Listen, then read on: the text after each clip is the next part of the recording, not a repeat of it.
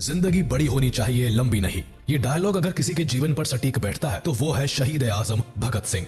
मात्र 23 साल की उम्र में भारत माता की जय का नारा लगाते हुए फांसी के फंदे पर झूलने वाले वीर भगत सिंह इतना शानदार जिए कि आज भी पूरी दुनिया उन्हें याद करती है। भगत सिंह भारत की आजादी के वो एक अहम किरदार हैं जिन्होंने मात्र 23 साल की उम्र में अपना किरदार निभाकर खुशी खुशी फांसी के फंदे को चूम लिया। लेकिन जाने से पहले उन्होंने हर एक भारतीय के अंदर अपने देश की आजादी के प्रति जोश और जुनून का जज्बा भर दिया। 23 मार्च 1931 ये वो दिन था जब भगत सिंह को फांसी दी जानी थी। पूरे भारत में भगत सिंह की फांसी रोकने को लेकर प्रदर्शन हो रहे थे। ब्रिटिशर्स घबराए हुए थे कि कहीं प्रदर्शनकारी हावी ना हो जाए और फांसी को टालना ना पड़े, और इस कारण भगत सिंह को कोर्ट के द्वारा तय की गई तारीख से पहले ही फांसी दे दी जाती है। भगत सिंह तो कुर्बान हो गए, लेकिन देश के हर युवा की आंखों में आजादी का सपना छोड़ गए। भगत सिंह ने एक बार कहा था कि मेरे खून का एक एक कतरा इंकलाब लाएगा, जो वाकई सच साबित हुआ। एक तरफ भगत सिंह को फांसी हुई और वहीं दूसरी ओर भारत की सड़कों पर भगत सिंह के सपने को पूरा करने के लिए देश का हर नौजवान अंग्रेजों की जड़ें हिलाने के लिए निकल पड़ा। देश में हर तरफ आजादी के लिए आवाज उठने लगी, जिस कारण भगत सिंह की मृत्यु के ठीक 16 साल बाद भारतीयों ने अंग्रेजों को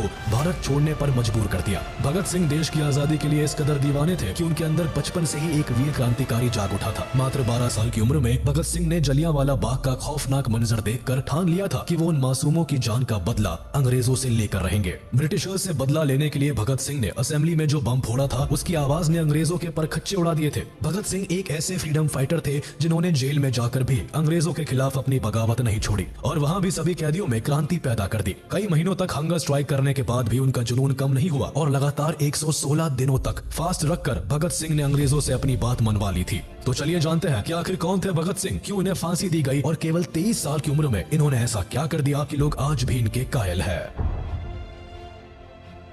28 सितंबर 1907 ये वो दिन था जब भारत को अपना वीर सपूत मिला था। इस दिन बंगा नाम के गांव में भगत सिंह का जन्म हुआ था। ये गांव आज के समय में पाकिस्तान में आता है, लेकिन भारत के विभाजन से पहले ये ब्रिटिश इंडिया के पंजाब प्रोविंस के लायलपुर डिस्ट्रिक्ट में आता था। भगत सिंह का जन्म एक सिख फैमिली में हुआ था जो भारत की आजादी के लिए लड़ रही थी। अपने परिवार में भगत अपने माता पिता की दूसरी संतान थे। इनके पिता का नाम किशन सिंह संधू और माँ का नाम विद्यावती था। इनके जन्म के समय इनके पिता और अंकल अजीत सिंह पॉलिटिक्स में काफी एक्टिव थे और वक्त वक्त पर ब्रिटिशर्स के खिलाफ होने वाले मूवमेंट्स में भाग लिया करते थे। कैनाल कॉलोनाइजेशन बिल और गदर मूवमेंट में भी इनके पिता और अंकल ने बढ़ चढ़कर भाग लिया था, जिस कारण इनको जेल की हवा भी खानी पड़ी थी। इवन जब भगत सिंह का जन्म हुआ था तब भी इनके पिता और अंकल कैनाल कॉलोनाइजेशन बिल के खिलाफ होने वाले प्रदर्शन में भाग लेने के कारण जेल में थे। लेकिन भगत सिंह के जन्म के कुछ दिनों बाद ही दोनों को जेल से रिहा कर दिया गया, जिस कारण सभी लोग भगत सिंह को काफी लकी मानते थे और इसी वजह से शुरुआत में इनका नाम भागो सिंह रखा गया था, यानी भाग्य वाला इंसान। पर वक्त के साथ इस नाम को बदलकर भगत सिंह कर दिया गया। इन्होंने बचपन से ही देश के साथ साथ अपने घर के लोगों में भी आजादी की आग देखी थी और इसी के चलते काफी कम उम्र में ही इनके सीने में भी आजादी की आग पैदा हो गई। भगत सिंह बचपन से ही ब्रिटिशर्स से नफरत करने लगे थे, जिसका एक परफेक्ट एग्जांपल इनके बालपन के दिनों में देखने को मिलता है। वो ऐसे कि एक बार इनके पिता खेत में बीज बो रहे थे, जिसे देखकर भगत सिंह ने अपने पिता से सवाल किया कि आप खेत में क्यों आते हो। इस पर उनके पिता ने कहा कि हम खेत में बीज बोने आते हैं ताकि ढेर सारी फसल होने पर अनाज मिल सके। जिसके बाद भगत सिंह ने अपने पिता की बात का जवाब देते हुए कहा कि पिताजी, फिर हम खेत में बंदूकें क्यों नहीं बोते? ऐसा करने से हमारे पास ढेर सारी बंदूकें होंगी जिनका इस्तेमाल हम अंग्रेजों के खिलाफ कर सकते हैं। छोटी सी उम्र में ही ऐसे विचार रखने वाले भगत सिंह ने अपने पिता को निशब्द कर दिया था, लेकिन इस इंसिडेंट से उनके पिता इतना तो समझ गए थे कि उनका बेटा बड़ा होकर एक दिन बहुत बड़ा स्वतंत्रता सेनानी बनेगा।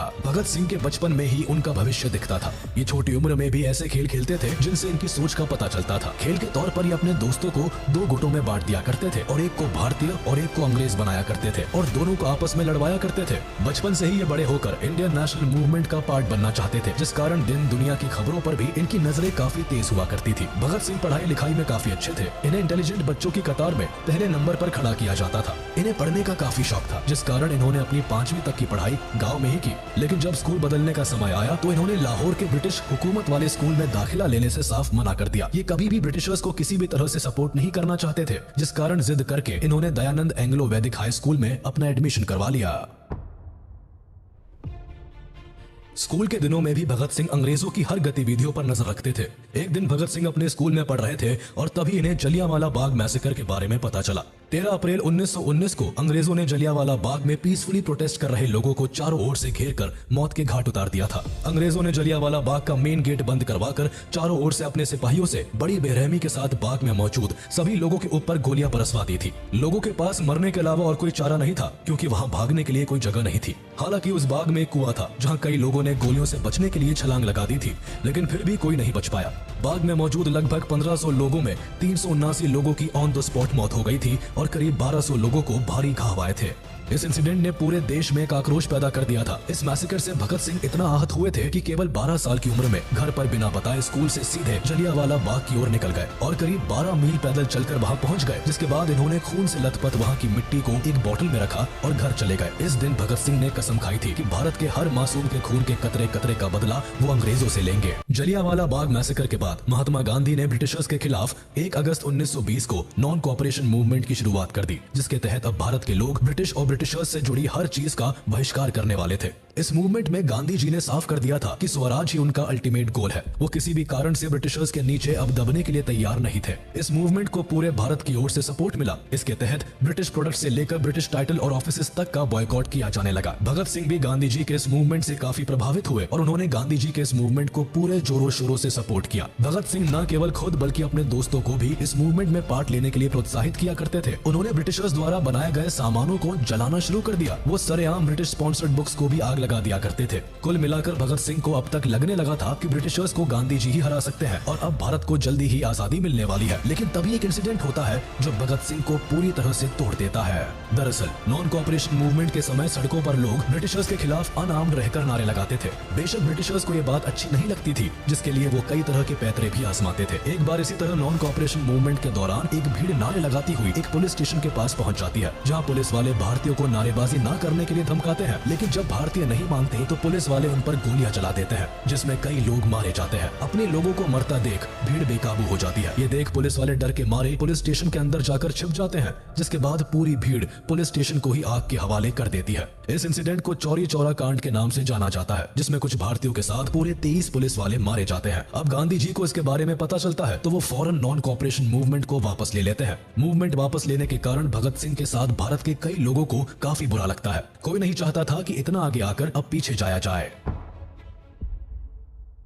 भगत सिंह गांधी जी के असहयोग आंदोलन को वापस लेने के डिसीजन से काफी परेशान हो गए थे। आजादी के जो सपने वो देख रहे थे वो अब उन्हें बिखरे हुए लग रहे थे। यही से भगत सिंह ने खुद कुछ कर दिखाने के बारे में सोचा, क्योंकि वो जानते थे कि हाथ पर हाथ रखकर बैठने से कुछ नहीं होने वाला। 12 फरवरी 1922 को गांधी जी ने नॉन कोऑपरेशन मूवमेंट को वापस लिया था, जिसके बाद 1923 में भगत सिंह ने लाहौर के नेशनल कॉलेज में दाखिला लिया, जिसकी स्थापना लाला लाजपत राय ने की थी। कॉलेज में एडमिशन लेने के साथ ही भगत सिंह ने अपनी सोच को और उजागर करना शुरू कर दिया। ये कई तरह की किताबें पढ़ा करते थे। ये सोशलिज्म के समर्थक थे और अपनी एक अलग निगाह से दुनिया को देखा करते थे। बचपन से ही इनमें एक क्रांतिकारी था जो अंग्रेजों की तानाशाही के खिलाफ बगावत करता था। कॉलेज में ये दिन के समय पढ़ा करते थे और शाम को अपने दोस्तों के साथ देश में चल रहे कई मुद्दों पर डिबेट किया करते थे। ये कई रेवोल्यूशनरीज के बारे में पढ़ा करते थे और उनकी विचारधाराओं को खुद से जोड़ने की कोशिश करते थे। हालांकि एक तरफ जहां भगत सिंह देश के लिए खुद को समर्पित कर चुके थे, तो वहीं दूसरी ओर इनके घर पर इनकी शादी की बातें भी चलने लगी। लेकिन भगत सिंह का इस वक्त शादी में कोई इंटरेस्ट नहीं था। वो केवल और केवल अपने देश के लिए काम करना चाहते थे, जिस कारण उन्होंने अपने परिवार वालों से साफ कह दिया था कि अगर आजादी से पहले मेरी शादी होती है तो मौत ही मेरी दुल्हन होगी। ये सुनने के बाद भगत सिंह के माता पिता को बहुत ठेस पहुंची, लेकिन वो समझ चुके थे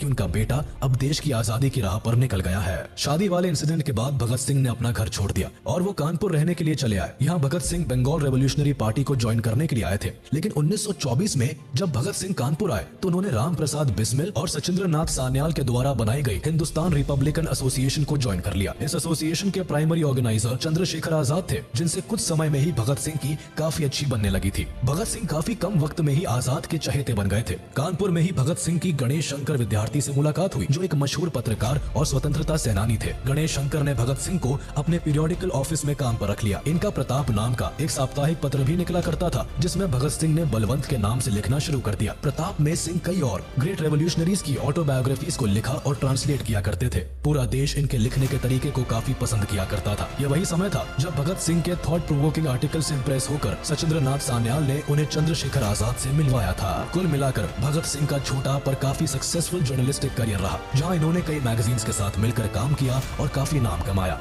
इन्होंने कीर्ति, प्रताप, वीर अर्जुन, मतवाला, प्रभा और वंदे मातरम जैसी मैगजीन्स और न्यूज़पेपर्स के लिए काम किया था और हर जगह से इन्हें काफी प्रशंसा मिली। हर कोई इनके लेख का कायल था। इनकी पर्सनैलिटी की तरह इनका लिखने का अंदाज भी जरा हटकर था। ये अपनी लिखने की ताकत से ही ब्रिटिशर्स के पुर्जे हिला दिया करते थे। इनका लिखा हुआ पढ़ने भर से ही देश की जनता में अंग्रेजों के खिलाफ लड़ने की एक शक्ति पैदा हो जाती थी। इनके लिखे कई आर्टिकल्स को तो अंग्रेजों ने बैन भी करवा दिया था। अंग्रेज अब तक भगत सिंह को पहचानने लगे थे, लेकिन भगत सिंह कहाँ किसी से डरने वालों में से थे। वो तो बस अपने लक्ष्य की ओर बढ़ रहे थे। हालांकि 1925 में सिंह वापस से लाहौर चले गए। दरअसल भगत सिंह की ग्रैंडमदर की तबीयत अचानक काफी बिगड़ गई थी, जिस कारण उन्होंने अपने घर का रुख लिया। लेकिन यहाँ भी वो अकाली दल की मीटिंग्स को सपोर्ट किया करते थे। हालांकि अभी तक भगत सिंह किसी ऐसी ऑर्गेनाइजेशन से नहीं जुड़े थे जो ब्रिटिशर्स के खिलाफ सख्त कदम उठाए या उनका बॉयकॉट करे, और इसी कारण मार्च 1926 में भगत सिंह और उनके कलीग्स ने एक यूथ ऑर्गेनाइजेशन की स्थापना की, जिसे नौजवान भारत सभा का नाम मिला। इस ऑर्गेनाइजेशन को ओरिजिनली लाहौर में स्टैब्लिश किया गया था, लेकिन इसको अमृतसर से ऑर्गेनाइज किया जाता था। नौजवान भारत सभा का मेन एम भारत के यूथ को जगाना था। इस सभा की मदद से भगत सिंह पंजाब के यंग स्टूडेंट्स एंड वर्कर्स को नेशनलिस्ट एंड रेवोल्यूशनरी आइडियोलॉजीज की ओर बढ़ा रहे थे। इस सभा को बनाने का आइडिया भगत सिंह को अमृतसर के एक prominent freedom fighter doctor Satyapal ने दिया था। वक्त के साथ लोग इस सभा के बारे में जानने लगे और इसे ज्वाइन करने लगे। कई प्रोमिनेंट पॉलिटिकल एक्टिविस्ट ने भी इस सभा को ज्वाइन किया था। शुरुआत में सभा को केवल लाहौर से ही ऑपरेट किया जाता था, लेकिन कीर्ति किसान पार्टी के साथ एक यूथ कॉन्फ्रेंस में ये डिसाइड हुआ कि सभा का हेडक्वार्टर अब लाहौर से अमृतसर शिफ्ट कर दिया जाएगा। कुछ समय बाद नौजवान भारत सभा और कीर्ति किसान पार्टी ने एकजुट होकर गरीब किसानों के अपलिफ्टमेंट के लिए काम करना शुरू कर दिया। साथ ही जनता के बीच जस्टिस एंड एगैलिटेरियनिज्म का मैसेज भी फैलाने लगे। ये वही समय था जब भगत सिंह ने कीर्ति किसान पार्टी को ज्वाइन किया था। इसके बाद अप्रैल 1926 में भगत सिंह की मुलाकात सोहन सिंह जोश से हुई, जो अमृतसर के एक noted peasant leader and freedom fighter रहे थे। भगत सिंह इनके साथ मिलकर काम करने लगे और कुछ ही समय में इन्हें मर्ज्ड पार्टी का प्रेसिडेंट बना दिया गया। सोहन सिंह भगत सिंह के विचारों से सहमत थे और इसी कारण उन्होंने भगत सिंह की वर्कर्स एंड पेजेंट्स पार्टी से बातचीत करवाई, जो एक गुरुमुखी लैंग्वेज मंथली मैगजीन कीर्ति को पब्लिश करती थी। सिंह ने इस मैगजीन के लिए लिखना शुरू कर दिया और अगले एक साल तक भगत सिंह जोश के साथ काम करते रहे, जिस दौरान इनकी सभा ने लोगों के बीच अपनी आइडियोलॉजी को फैलाने के लिए कई पैम्फलेट्स और ट्रैक्ट्स पब्लिश किए और कॉलोनियल गवर्नमेंट के अनजस्ट मेजर्स के खिलाफ डेमोन्स्ट्रेशंस ऑर्गेनाइज किए। भगत सिंह कीर्ति में एक से बढ़कर एक एंटी कॉलोनियल आर्टिकल्स लिखा करते थे, जिस कारण कुछ ही समय में भगत सिंह ब्रिटिशर्स की आंखों का कांटा बनने लगे। यही नहीं, भगत सिंह की आइडियोलॉजी और लेख से भारत के यूथ पर उनका काफी इंफ्लुएंस पड़ने लगा, जो ब्रिटिशर्स के लिए एक बड़ी परेशानी बनने लगी थी। ब्रिटिशर्स कैसे भी करके भगत सिंह को रोकना चाहते थे, लेकिन इसके लिए उनके पास कोई रास्ता नहीं था। लेकिन हमेशा से छल कपट के सहारे अपना काम निकालने वाले ब्रिटिशर्स अपना रंग दिखाते हैं और 1927 में भगत सिंह को अरेस्ट कर लेते हैं। अरेस्ट के समय ब्रिटिशर्स 9 अगस्त 1925 को हुई काकोरी ट्रेन रॉबरी और अक्टूबर 1926 में हुए लाहौर बॉम्बिंग में भगत सिंह के शामिल होने का इल्जाम लगाते हैं। दरअसल काकोरी एक्शन को करवाने की जिम्मेदारी हिंदुस्तान रिपब्लिकन एसोसिएशन HRA लेता है और उस समय भगत सिंह भी इस ऑर्गेनाइजेशन के पार्ट थे, जिस कारण उन्हें अरेस्ट करना ब्रिटिशर्स के लिए आसान बन गया था। हालांकि काकोरी एक्शन की प्लानिंग एंड एग्जीक्यूशन करने का काम राम प्रसाद बिस्मिल,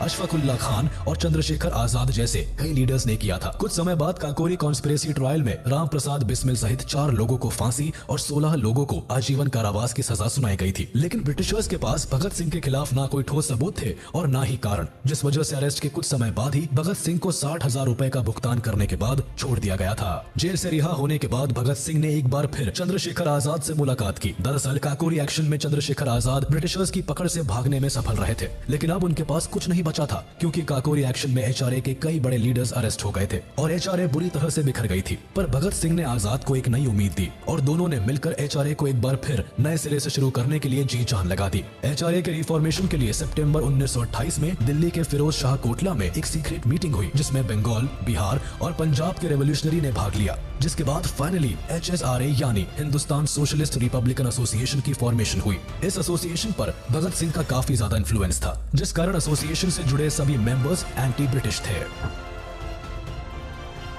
इस समय भारत में साइमन कमीशन का बड़े जोरों शोरों से विरोध हो रहा था। दरअसल 1928 में ही ब्रिटिश गवर्नमेंट के द्वारा भारत में एक कमीशन बैठाया गया, जिसका मेन काम भारत की पॉलिटिकल सिचुएशन पर रिपोर्ट तैयार करना और ब्रिटिश गवर्नमेंट को सौंपना था। लेकिन परेशानी ये थी कि इस कमीशन में एक भी भारतीय शामिल नहीं था और इसका हेड भी एक ब्रिटिशर यानी जॉन साइमन था। इसी वजह से देश में कुछ एक्टिविस्ट ग्रुप ने इस कमीशन के खिलाफ प्रोटेस्ट करना शुरू कर दिया। देखते ही देखते ये प्रोटेस्ट पूरे भारत में फैल गए और हर कोई साइमन गो बैक के नारे लगाने लगा। इस समय लाला लाजपत राय एक ऑल पार्टी प्रोटेस्ट को लीड कर रहे थे, जो साइमन कमीशन के अगेंस्ट काम कर रहा था। पूरे भारत में हो रहे प्रोटेस्ट ब्रिटिशर्स को नहीं भा रहे थे, जिस कारण इसी समय ब्रिटिशर्स कुछ ऐसा करते हैं जिसका भगत सिंह पर काफी असर होता है और इसी के कारण भगत सिंह पहली बार किसी ब्रिटिशर के खिलाफ कलम की जगह हाथ में बंदूक तान लेते हैं। दरअसल प्रोटेस्ट को लीड करते हुए लाला लाजपत राय लाहौर के एक रेलवे स्टेशन की ओर अपना रुख करते हैं, लेकिन पुलिस उन्हें और सभी प्रोटेस्टर्स को रेलवे स्टेशन पर जाने से रोकती है, जिस कारण सिचुएशन काफी गर्म हो जाती है। पर तभी superintendent of police James A Scott सभी पुलिस ऑफिसर्स को प्रोटेस्टर्स पर लाठी चार्ज करने का ऑर्डर दे देते हैं,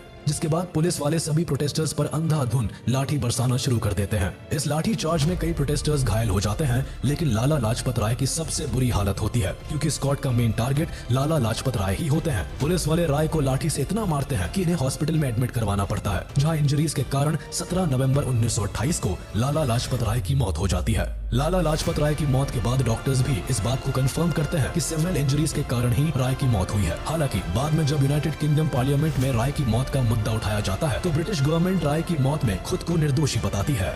लाला लाजपत राय की मौत ने भगत सिंह को अंदर से झकझोर कर रख दिया था। भगत सिंह अब हर हाल में ब्रिटिशर्स से बदला लेना चाहते थे, और इसी बदले की आग में फाइनली भगत सिंह और उनके सभी रेवोल्यूशनरी साथियों ने मिलकर जेम्स ए स्कॉट की हत्या करने की योजना बनाई। इस योजना को बनाने के लिए भगत सिंह और सभी क्रांतिकारियों ने एक मीटिंग रखी, जिसमें यह तय हुआ कि अब फाइनली ब्रिटिशर्स को अपने किए हुए का चुकाना पड़ेगा। इस बैठक में स्कॉट के मर्डर का प्लान बनाने में राजगुरु, सुखदेव, चंद्रशेखर आजाद और जय गोपाल जैसे क्रांतिकारी भी शामिल थे। स्कॉट के मर्डर प्लान में HSRA के भी सभी मेंबर्स ने साथ दिया था। प्लान के मुताबिक भगत सिंह के साथ सभी क्रांतिकारियों को पुलिस स्टेशन के पास छिपकर स्कॉट के स्टेशन से बाहर निकलने का इंतजार करना था, और जैसे ही स्कॉट स्टेशन से बाहर आते वैसे ही उन्हें गोली मारकर भाग जाना था। लेकिन असल में प्लान जैसा बनाया गया था वैसा एग्जीक्यूट नहीं हो पाया, और एक बड़ी गलती हो गई। 17 दिसंबर 1928 को भगत सिंह और उनके सभी साथी प्लान के हिसाब से पुलिस स्टेशन के आसपास खड़े होकर स्कॉट का इंतजार करने लगे। ऑपरेशन के हिसाब से भगत सिंह और राजगुरु की जिम्मेदारी स्कॉट को मारने की थी, और चंद्रशेखर आजाद का काम केवल इन दोनों को कवर देने का था। जय गोपाल को इस प्लान का हिस्सा इसलिए बनाया गया था क्योंकि उनके अलावा कोई स्कॉट को नहीं पहचानता था। सभी स्कॉट के पुलिस स्टेशन से बाहर निकलने का इंतजार कर रहे थे। जय गोपाल वही पास में बैठकर एक साइकिल पर चेन चढ़ा रहे थे। उनका काम केवल स्कॉट को आइडेंटिफाई करने के बाद इशारा देने का था। अब जैसे ही स्टेशन से एक पुलिस ऑफिसर बाहर निकला तो सब चौकन्ने हो गए, और जय गोपाल ने भगत सिंह को इशारा कर दिया, जिसके बाद उस पुलिस ऑफिसर पर पहली गोली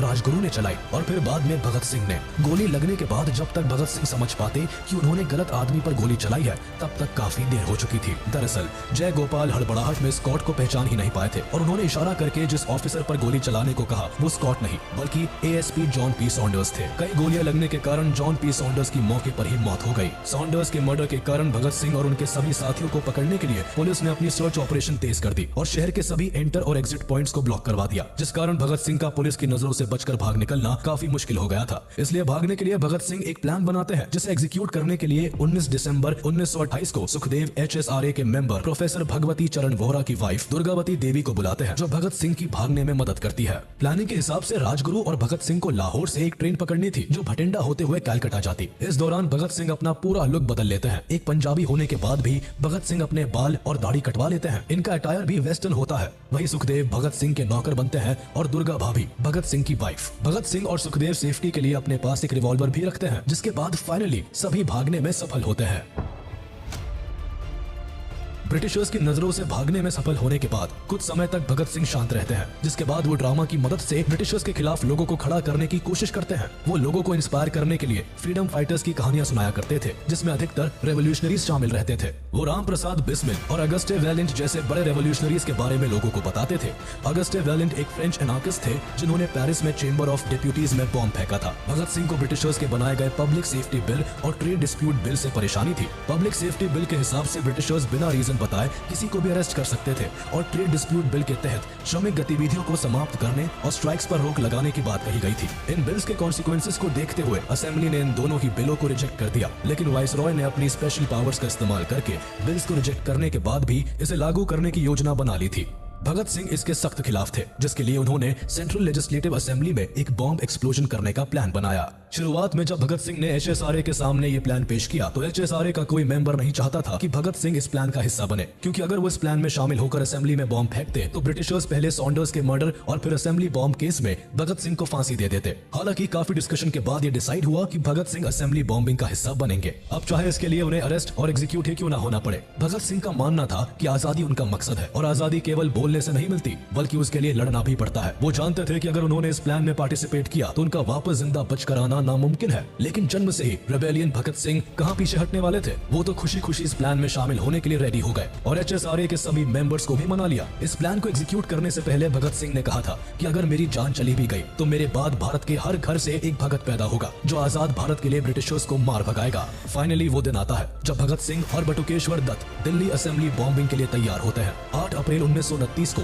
भगत सिंह और बटुकेश्वर दत्त चलते सेशन के बीच पब्लिक गैलरी से असेंबली चैम्बर में 2 बॉम्ब फेंकते हैं। इन बॉम्ब्स का मकसद किसी को मारने का नहीं होता, इसी कारण इन्हें खाली जगहों पर फेंका जाता है। बॉम्ब से पूरी असेंबली में धुआं हो जाता है और इसकी आवाज भी काफी तेज होती है, जिस कारण असेंबली में मौजूद सभी लोगों को कुछ समझ नहीं आता और वो इधर उधर भागने लगते हैं। इस समय भगत सिंह और बटुकेश्वर दत्त चाहते तो भाग सकते थे, लेकिन वो ऐसा नहीं करते हैं, बल्कि वही खड़े होकर जोर जोर से इनकलाब जिंदाबाद का नारा लगाते हुए कई पैम्फलेट्स हवा में उड़ाने लगते हैं, जिन पर लिखा था कि बहरों को सुनने के लिए धमाके की जरूरत होती है। इसके बाद दोनों खुद को पुलिस के हवाले कर देते हैं। अरेस्ट होने का मेन मकसद कोर्ट ट्रायल्स के जरिए अपनी बातों को पूरे हिंदुस्तान के कानों तक पहुंचाना था, जिससे सभी भारत की आजादी की लड़ाई में बढ़ चढ़कर हिस्सा ले। अरेस्ट के कारण फाइनली पिछले 1 साल से ब्रिटिशर्स को जिसकी तलाश थी वो आज उनके हाथ लग जाता है। अरेस्ट करने के बाद भगत सिंह और बटुकेश्वर दत्त को लाहौर के बॉस्टल जेल में डाल दिया जाता है, जहां 10 जुलाई 1929 को दोनों के ऊपर मुकदमा शुरू होता है। 7 मई 1929 को भगत सिंह और बटुकेश्वर दत्त पर 2 केसेस के लिए ट्रायल्स चलते हैं, जिसमें एक असेंबली बॉम्ब केस के लिए और दूसरा सॉन्डर्स मर्डर के लिए। दोनों ट्रायल्स में भगत सिंह अपनी साइड से कॉन्फिडेंट रहते हैं, लेकिन ब्रिटिशर्स को तो कैसे भी करके भगत सिंह को फांसी देनी थी। ट्रायल्स की शुरुआत में भगत सिंह और दत्त अपने केस को बहुत सीरियसली लड़ते हैं, लेकिन वक्त के साथ इन्हें समझ आने लगता है कि वो चाहे कितनी भी कोशिश क्यों ना कर ले, ब्रिटिशर्स उन्हें अब जेल से घर वापस कभी नहीं जाने देंगे। ट्रायल्स की शुरुआत में बटुकेश्वर दत्त की ओर से अफसर अली केस को लड़ते हैं, तो वही भगत सिंह अपना केस खुद लड़ने का फैसला लेते हैं। भगत सिंह स्टार्टिंग से ही अपना स्टैंड क्लियर करते हुए चलते हैं। वो रेवोल्यूशनरीज के बारे में कहते हैं कि जब अग्रेसिवली तरीके से फोर्स का इस्तेमाल किया जाता है तो वो वायलेंस और अनजस्टिफाइबल कहलाता है, लेकिन जब किसी लेजिटिमेट कॉज को आगे बढ़ाने के लिए इसका इस्तेमाल किया जाता है तो इसका अपना मॉरल जस्टिफिकेशन होता है। ब्रिटिशर्स के खिलाफ भगत सिंह के रवैये को देखते हुए अंग्रेज वही करते हैं जो उनसे एक्सपेक्टेड था। कोर्ट किसी भी सूरत में रेवोल्यूशनरीज के द्वारा किए गए कामों को सही नहीं बताती और मैलिशियस एंड अनलॉफुल इंटेंट का हवाला देते हुए भगत सिंह और दत्त को गलत ठहराती है। कोर्ट के अलावा पॉलिटिकल बॉडी की ओर से भी असेंबली बॉम्बिंग को क्रिटिसाइज किया जाता है। ट्रायल्स के दौरान ही HSRA की बॉम्ब बनने वाली जगहों पर पुलिस रेड डाल देती है, जिसमें एसोसिएशन के कई प्रोमिनेंट रेवोल्यूशनरीज अरेस्ट हो जाते हैं। इस रेवोल्यूशनरीज में 21 से भी ज्यादा HSRA के मेंबर्स होते हैं, जिनमें राजगुरु, जतेंद्रनाथ दास, सुखदेव, किशोरी लाल और जय गोपाल शामिल होते हैं। पर यहाँ परेशानी तब आन पड़ती है जब पुलिस के कहने पर HSRA के 3 मेंबर्स गवर्नमेंट के अप्रूवर्स बन जाते हैं। भगत सिंह को फंसाने की साजिश रच रहे ब्रिटिशर्स मौका पाते ही अपने काम पर लग जाते हैं और फणींद्र नाथ घोष, हंसराज बोहरा एंड जय गोपाल को भगत सिंह के खिलाफ कोर्ट में गवाही दिलवा देते हैं। इनकी गवाही से भगत सिंह को काफी सदमा लगता है, लेकिन फिर भी वो खुद को संभालते हैं और आखिरी सांस तक लड़ते हैं। गवाही मिलने के बाद ब्रिटिशर्स भगत सिंह और उनके साथियों के ऊपर मेनली 3 केसेस को हाईलाइट करके डिसीजन दिलवाते हैं, जिनमें Saunders murder, assembly bombing and bomb manufacture के केस शामिल होते हैं। 10 जुलाई 1929 को सभी ट्रायल्स एक स्पेशल सेशंस कोर्ट में होते हैं, जहां 28 अक्यूज रेवोल्यूशनरीज के अगेंस्ट सजा सुनाई जाती है। ये ट्रायल पूरी तरह से बायस्ड होता है। कोर्ट हार्डली ही स्टैंडर्ड लीगल राइट्स प्रिंसिपल का इस्तेमाल करते हुए अपना डिसीजन सुनाता है और भगत सिंह, राजगुरु और सुखदेव को कैपिटल पनिशमेंट दी जाती है। भगत सिंह और उनके साथियों की फांसी रोकने के लिए कई नेशनल लीडर्स ब्रिटिशर्स से रिक्वेस्ट करते हैं, लेकिन कोई फायदा नहीं होता है, क्योंकि किसी भी सूरत में ब्रिटिशर्स भगत सिंह की कैपिटल पनिशमेंट को कम ना करने की ठान लेते हैं। हालांकि बात जब रिक्वेस्ट करने से नहीं बनती तो HSRA के अटर्नीज भगत सिंह को बचाने के लिए हेबियस कॉर्पस पिटीशन को फाइल करते हैं, लेकिन इसे भी जज विस्काउंट ड्यूनेडेन के द्वारा डिनाई कर दिया जाता है। भारत के कई लीडर्स भगत सिंह को बचाने की पूरी कोशिश करते हैं, लेकिन चाहकर भी कोई फांसी को नहीं रोक पाता। इवन जेल में रहने के दौरान भगत सिंह के पिता उन्हें लिखते भी है कि वो उन्हें बचाने के लिए पूरी कोशिश कर रहे हैं और अब वो लेटर लिखकर ब्रिटिश गवर्नमेंट से भगत सिंह को फांसी न देने की रिक्वेस्ट करेंगे। लेकिन भगत सिंह अपने पिता को साफ शब्दों में लिखकर साफ कर देते हैं कि उन्हें किसी की मर्जी की जरूरत नहीं है और जिस रास्ते पर वो है, ये रास्ता उन्होंने अपने लिए खुद चुना है। डेथ सेंटेंस सुनाने के बाद भगत सिंह और उनके साथियों को दिल्ली जेल से शिफ्ट करके सेंट्रल जेल मियानवाली भेज दिया जाता है। यहाँ जब भगत सिंह आते हैं तो वो इंडियन प्रिजनर्स और यूरोपियन प्रिजनर्स में हो रहे डिस्क्रिमिनेशन को देखकर दंग रह जाते हैं। इस जेल में भारतीय कैदियों की हालत बद से बदतर होती है। उन्हें ना ठीक तरह से खाना दिया जाता था और ना पानी, ना उनके सोने की कोई साफ जगह थी और ना ही रहने की। भगत सिंह ने उस जेल में रह रहे भारतीयों की हालत को सुधारने के लिए ब्रिटिशर्स से मांग करनी शुरू कर दी। इन मांगों में इक्वालिटी के साथ food standards, clothing, toiletries, hygienic necessities और books books and daily newspaper की डिमांड की गई थी। इसके साथ ही भगत सिंह ने पहले ही ब्रिटिशर्स को ये साफ कर दिया था कि जेल में वो किसी तरह की फोर्स्ड मैनुअल लेबर और अनडिग्निफाइड वर्क को नहीं करेंगे। हालांकि ब्रिटिशर्स ने भगत सिंह की बेसिक नेसेसिटीज को भी नहीं माना, जिसके बाद भगत सिंह ने सबसे ज्यादा 116 दिनों तक हंगर स्ट्राइक करके हिस्ट्री का एक रिकॉर्ड बना देते हैं। इस समय भगत सिंह हंगर स्ट्राइक करके ब्रिटिशर्स से जेल में रह रहे भारतीयों के लिए इक्वालिटी और बेसिक नीड्स की डिमांड कर रहे थे। शुरुआत में ब्रिटिशर्स ने भगत सिंह की हंगर स्ट्राइक को हल्के में लिया, लेकिन जब भगत सिंह और उनके साथी दिन रात भूखे रहने लगे तो ब्रिटिशर्स के डर के मारे कान खड़े हो गए, क्योंकि देश में जब लोकल लोगों को भगत सिंह और उनके साथियों के स्ट्राइक के बारे में पता चला तो वो बाहर से ही भगत सिंह को और ज्यादा सपोर्ट करने लगे। लोगों का आक्रोश देखते हुए ब्रिटिशर्स को डर सताने लगा कि कहीं भूख के मारे भगत सिंह की जान चली गई तो उनके लिए बड़ी परेशानी हो जाएगी, जिस कारण ब्रिटिशर्स ने शाम दाम दंड भेद हर तरह के पैतरे आजमाकर भगत सिंह और उनके दोस्तों की हंगर स्ट्राइक को भंग करने की कोशिश की, लेकिन किसी ने भी खाने का एक निवाला भी गले के नीचे नहीं उतारा। जिसके बाद लगातार 63 डेज तक भूखे रहने के कारण इस स्ट्राइक में जतेंद्र नाथ दास की सितंबर 13, 1929 को भूखे रहने के कारण मौत हो गई। दृढ़ संकल्प का ऐसा नजारा देखते हुए पूरे नेशन ने जतेंद्र नाथ दास को सम्मान दिया था। यही नहीं, इस स्ट्राइक के सपोर्ट में गोपी चंद भार्गव और मोहम्मद आलम ने पंजाब लेजिस्लेटिव काउंसिल से विड्रू कर लिया था। वहीं पंडित जवाहरलाल नेहरू ने ब्रिटिश गवर्नमेंट को लाहौर कैप्टिव्स में इनह्यूमन ट्रीटमेंट करने के लिए उन्हें क्रिटिसाइज किया था। साथ ही नेहरू ने सेंट्रल असेंबली में लाहौर कैप्टिव्स के साथ हो रहे इनह्यूमन ट्रीटमेंट को रोकने के लिए एक एडजर्नमेंट मोशन भी स्पॉन्सर किया था। न्यूज़पेपर्स में लगातार लाहौर एंड अमृतसर में मास मीटिंग्स की खबरें छपने लगी थी। इतने सपोर्ट को देखते हुए ब्रिटिशर्स ने लोगों को रोकने के लिए सेक्शन 144 को इम्पोज कर दिया। इतना ही नहीं, जवाहरलाल नेहरू खुद सेंट्रल जेल विजिट करते हैं और भगत सिंह के साथ सभी स्ट्राइकर्स से मिलकर उन्हें सपोर्ट करने का वादा करते हैं। वहीं उस समय मोहम्मद अली जिन्ना भी स्ट्राइकर्स को सपोर्ट करते हैं और भरी असेंबली में उनके फेवर में बोलते हैं। लोगों का भरपूर सपोर्ट और दास की मौत के बाद ब्रिटिशर्स समझ जाते हैं और फाइनली भगत सिंह की शर्तों को एक्सेप्ट कर लेते हैं, जिसके बाद पूरे 116 दिनों बाद भगत सिंह और उनके सभी साथी 5 अक्टूबर 1929 को अपना हंगर स्ट्राइक तोड़ते हैं। सजा सुनाए जाने के कारण भगत सिंह को अपना भविष्य पता था। अब वो लगातार जेल के लोगों के साथ आराम से रहते और उनके सुख दुख में उनका साथ देते। केवल भगत सिंह ही नहीं, बल्कि जेल में रहने वाले हर भारतीय को भगत सिंह ने इस कदर बदल दिया था कि सभी प्रिजनर्स अब पेट्रियोटिक स्लोगन्स गाने लगे थे। इन सभी प्रिजनर्स को जो गाना सबसे प्रिय था वो था मेरा रंग दे बसंती चोला, माँ मेरा रंग दे बसंती चोला, जिसे भगत सिंह आए दिन गुनगुनाया करते थे। इन सब के अलावा अपने आखिरी दिनों में जेल में भगत सिंह कई किताबें पढ़ते और लेटर्स लिखते। इस समय वो कई बड़े बड़े रेवोल्यूशनरीज को पढ़ा करते थे। भगत सिंह लिखने के साथ साथ बोलते भी काफी अच्छा थे। वो जब भी बोलते तो आसपास के सभी लोग उनकी बातों को ध्यान से सुनते। इवन जेल में काम करने वाले पुलिस ऑफिसर्स भी भगत सिंह को बहुत पसंद किया करते थे।